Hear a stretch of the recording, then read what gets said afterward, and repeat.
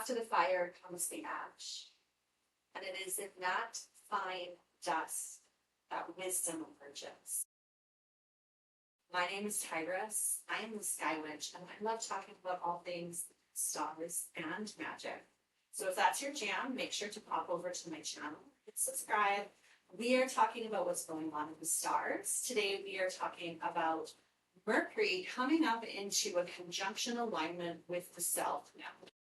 What does that mean? South Node is a calculated point that we use to determine where in the sky an eclipse might happen if new or full moon was to happen in that same area of the sky. It changes every 18 months to 2 years, and right now we have just experienced a shifting of the north and south nodes from the axis of Virgo and Pisces to the axis of Leo and Aquarius. We are experiencing our first eclipse in Leo on August 12th. So that's already happened. Mercury comes up against the south node on August 25th. We are still in eclipse season. That chaotic energy is still happening. The next eclipse is happening on August 27th. It's a lunar eclipse, and that is happening in Pisces. But what we're seeing here is that this eclipse has just passed, but then now Mercury is coming up across this point that is known as the tail of the dragon, the South Node. And as it comes up to this point, Mercury is about communication, it's about insights, it's about gleaning what's come up for us. And we're going to be able to get some insights. Now, they're probably going to be chaotic and they're probably going to be confusing. We might not fully understand them all at first, but there is a beautiful opportunity for us here to get still, look within, and see what we can see. I talk about it being ash because what we've already seen at this point is an eclipse in Leo. It was a solar eclipse. And then the sun came up in alignment with the south node. Right? So that eclipse that happened, it was close enough to be considered an eclipse, but it wasn't the sun and the south node at the exact same spot. The sun had its eclipse and then it came up against the south node. And in that was like a wild burn where everything was just brought up to such an extreme heat. It's like that sanitation of using heat to purify and sanitize, and it just breaks things down to pure ash.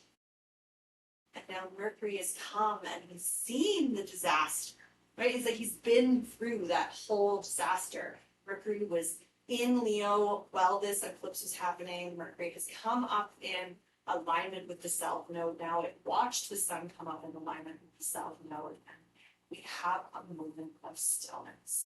The forest fire has finished burning, and now we are witnessing the aftermath of that. And that's actually a beautiful thing because sometimes things need to be burned out of our life so that we can have clearer vision.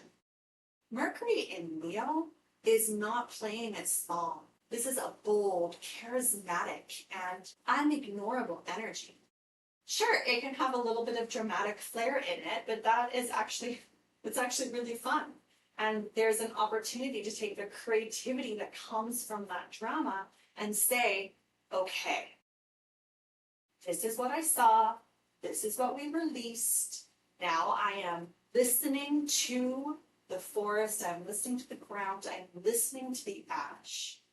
When you listen, like if you go out into the forest and you're just listening, you can learn so much from the rustle of the wind in the trees or the tweet of the robin flying by.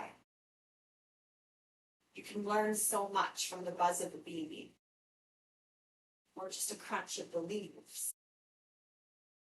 That insight is coming. Everything is clear. Now we have to be open to receive. And we're receiving it all. We are not playing small. We are opening ourselves to the beauty and the abundance of the universe. Jupiter is still in Leo, and even though it is quite far away from where this conjunction is happening between Mercury and the South Node, it's still like in the same area, in the same space. It sees what's happening as well. And it wants to help. It wants to give abundance. It wants expansion. It wants healing. It wants growth. It wants creativity. There is an opportunity here to hear the insight that comes up in this moment. We are in the cave of the dragon, and it is quiet and it is still. And if we also can find our quiet and our still, it will give us information that we need. And it will give us that information with warmth.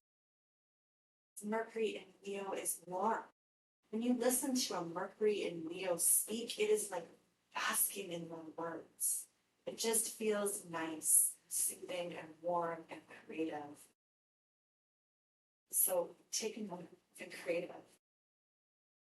So we're just going to take a moment to listen to what comes up for us so that we can think through and speak on what is important so that we can let go what is preventing us from using our voice in a really big and important way. I want to hear from your big, beautiful voice. I want to know where Mercury is in your chart because that will tell us a lot about how you communicate. So drop that down in the comments. And if you like this video, make sure to like and subscribe. I love you so much. Have a great day.